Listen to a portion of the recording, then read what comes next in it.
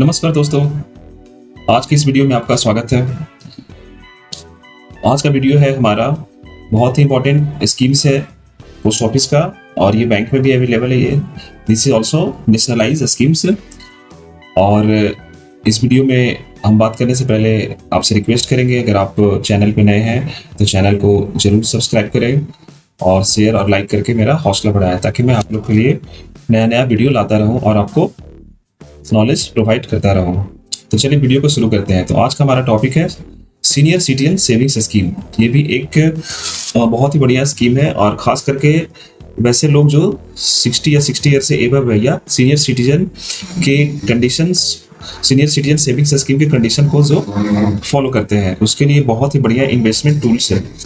तो इस वीडियो को, इस टॉपिक को मैं पार्ट 1, पार्ट 2 दो पार्ट में डिस्कस करूंगा। तो आज मैं पार्ट 1 को डिस्कस करता हूं। इसमें आपका eligibility, condition of opening and documents required है क्या क्या, उसके बारे में बात करेंगे। तो सबसे पहले हम एलिजिबिलिटी का बात करेंगे कि कौन इस अकाउंट को ओपन कर सकता है। तो सबसे पहला हमारा एलिजिबिलिटी में आता है any person who attend the age of 60 years and above. 60 साल या 60 साल से ऊपर का जो एज अटेंड कर लेता है कोई भी सिटीजन हमारे देश में का, वो अकाउंट को ओपन कर सकता है। दूसरा है person who has attend the age of 55 years but less than 60 years and retired under VRS scheme. Means जो वॉलेंटरी रिटायर होते हैं सर्विस से और 55 साल के एज में, तो वो भी ये स्कीम को अकाउंट मीन्स ओपन करने के लिए एलिजिबल है। तीसरा है रिटायर्ड डिफेंस पर्सनल।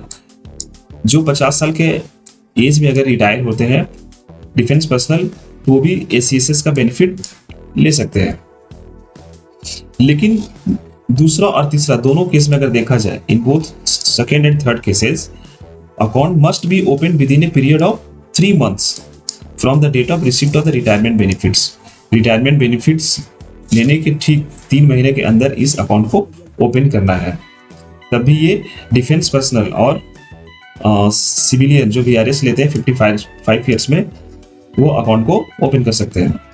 और चौथा है बहुत ही important, a spouse of a government employee who had attained the age of 50 years and died in harness can invest this scheme irrespective of age limit. Means वैसा employees जो 50 साल की उम्र में डेथ कर जाता है ड्यूरिंग द सर्विस, तो उसका स्पाउस आइदर हस्बैंड और वाइफ ACSS अकाउंट ओपन करने के लिए एलिजिबल है इररिस्पेक्टिव ऑफ एज। कोई भी एज हो उसका स्पाउस का जिसका डेथ हो चुका है, वो ACSS का बेनिफिट ले सकता है।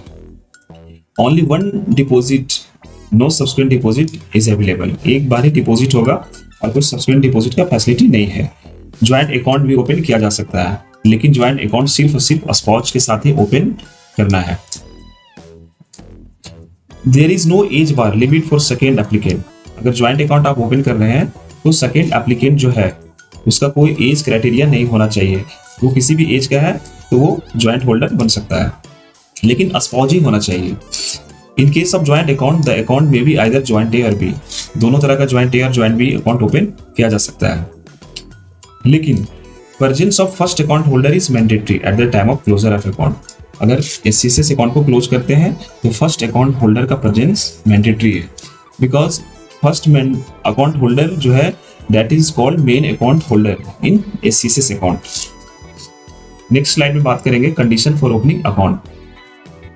तो मिनिमम अमाउंट जो है इसके लिए आपको 1000 रुपये लगेंगे। मिनिमम 1000 से आप खाता खुलवा सकते हैं और 1000 के मल्टीपल में ही आप जमा कर सकते हैं। और मैक्सिमम लिमिट का अगर बात करें तो ये 30 लाख है। पहले ये 15 लाख हुआ करता था, लेकिन अब मैक्सिमम लिमिट 30 लाख हो गया है। नेक्स्ट है in case of official who has taken VRS। Means वैसा पर्सन जो VRS से रिटायर्ड होकर आया है, तो वो 30 लाख का अकाउंट ओपन कर सकता है, लेकिन अगर उसका रिटायरमेंट बेनिफिट कम है, 30 लाख से कम है, तो वो उतना का ही अकाउंट ओपन कर सकता है। मान लिया जाए किसी को रिटायरमेंट बेनिफिट 25 लाख मिला है, तो वो सिर्फ 25 लाख का ही अकाउंट ओपन कर सकता है। ऐसा नहीं कि उसमें आप 5 लाख ऐड करके उसको 30 लाख बना दिया जाए, क्योंकि वो सारे डॉक्यूमेंट उससे प्रोवाइड करने होंगे रिटायरमेंट बेनिफिट्स के। Any number of account can be open but restricted up to 30 lakh. कितना भी अकाउंट आप ओपन कर सकते हैं, लेकिन सारा मिलकर अमाउंट 30 लाख से ज्यादा नहीं होना चाहिए। मैच्योरिटी पीरियड 5 ईयर्स है। Account can be extended continued in block of 3 years। SCSS account 5 साल के लिए होता है और मैच्योरिटी के बाद आप इसे 3 साल के लिए एक्सटेंड कर सकते हैं, 3 साल के ब्लॉक में, और एनी नंबर ऑफ टाइम आप इसे एक्सटेंड कर सकते हैं, कोई रिस्ट्रिक्शन नहीं है। और ये एक्सटेंशन के लिए आपको एप्लीकेशन मैच्योरिटी के ठीक 1 साल के अंदर ही आपको एप्लीकेशन देना पड़ेगा। इंटरेस्ट रेट की बात करें, इंटरेस्ट रेट काफी अट्रैक्टिव है, 8.2% है, और ये सिंपल इंटरेस्ट कैलकुलेशन होता है और एवरी क्वार्टर में आपको ये इंटरेस्ट क्रेडिट होता है आपके एसबीआई अकाउंट में। ये चेक के द्वारा भी डिपॉजिट किया जा सकता है, लेकिन चेक का रियलाइजेशन डेट ही अकाउंट ओपनिंग डेट कहलाएगा। इसमें किसी तरह का विड्रॉयल फैसिलिटी एससीएसएस में नहीं है। डॉक्यूमेंट्स क्या क्या रिक्वायर्ड होंगे, सबसे पहले बात करेंगे ये अकाउंट कहाँ ओपन किया जा सकता है। अगर पोस्ट ऑफिस की बात करें तो ये हेड पोस्ट ऑफिस और सब ऑफिसेज में ही अकाउंट ओपन किया जा सकता है। बीओ जो हमारे ब्रांच ऑफिस होते हैं उसमें ये अकाउंट ओपन नहीं होगा। आईडी प्रूफ चाहिए, एड्रेस प्रूफ चाहिए, रिसेंट फोटोग्राफ चाहिए। और वैसा पर्सन जो वीआरएस लेकर आया है या डिफेंस पर्सनल रिटायर है तो उसको एक सर्टिफिकेट भी देना पड़ेगा एम्प्लॉयर से, employer indicating the fact of retirement, employment held along with the period of such employment. एक ये सर्टिफिकेट उसे सबमिट करना पड़ेगा पोस्ट ऑफिस में। अकाउंट ओपनिंग फॉर्म लगेगा ही, केवाईसी डॉक्यूमेंट ऑल्सो सबमिट करना पड़ेगा। Nomination is mandatory, nomination and nominee photo and signature to be obtain in annexure 1। Nomination तो मैंडेटरी है और नॉमिनी का इसमें फोटो और सिग्नेचर भी एनेक्चर 1 में सबमिट करना पड़ेगा। तो ये तो फर्स्ट पार्ट में एससीएसएस के बारे में डिस्कशन हुआ। आगे सेकेंड पार्ट में हम डिस्कस करेंगे कि पीएमसी का क्या फैसिलिटी है, नॉर्मल मैच्योरिटी का क्या फैसिलिटी है, एक्सटेंशन के बाद मैच्योरिटी का क्या फैसिलिटी है।